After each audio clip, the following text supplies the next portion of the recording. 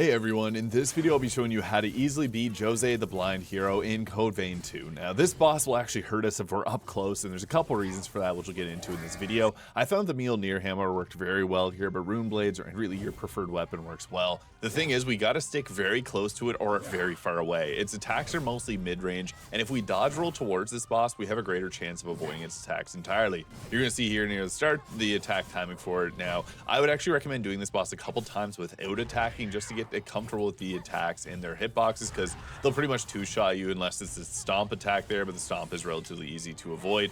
Whenever it pulls out the blade like that, it's going to flash at your time when you want to dodge roll at, so use that to your advantage because it's going to be left open for an attack afterwards. I really like the hammer here because it has a very good charge heavy attack, which you'll see launches me up into the air, and also very useful weapon skill there, which does a lot of damage. The thing is though, we want to be constantly attacking this boss so we can continually keep chipping up the damage, as we can get a posture break off in the second phase. It's also good if we aim for getting the poison effect off on this boss once we get into the second phase, as well as that is the harder part of this fight. I'd also recommend bringing the Bat's Jail here, as this will give us our Ichor back, as well as dealing a bit of damage from range. It's nice because it gives you a bit of a dodge as well.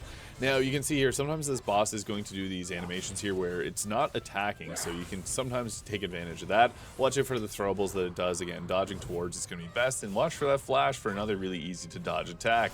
But the thing is, the boss is going to get a lot harder once we get into the second phase here, which you're going to see is going to add in a new mechanic as we click closer to the second phase. You're going to see the blue bar build up beside the boss. Once it gets maxed out, it's actually going to deal damage to us if we're close to it, and you're going to see I accidentally go down here because of this, so just be mindful of that. It's kind of hard to pay attention to, as well as if you're using Josee's bloodline and you have her bloodline C, you can see here I actually got hit by this damage here when that blue is near the boss there, so yeah, get away from that. Obviously when your teammate thing goes down, avoid getting hit and just play extremely defensively as far away from the boss as possible until it comes back, and you can obviously save your heals. I still had 3 left at this point.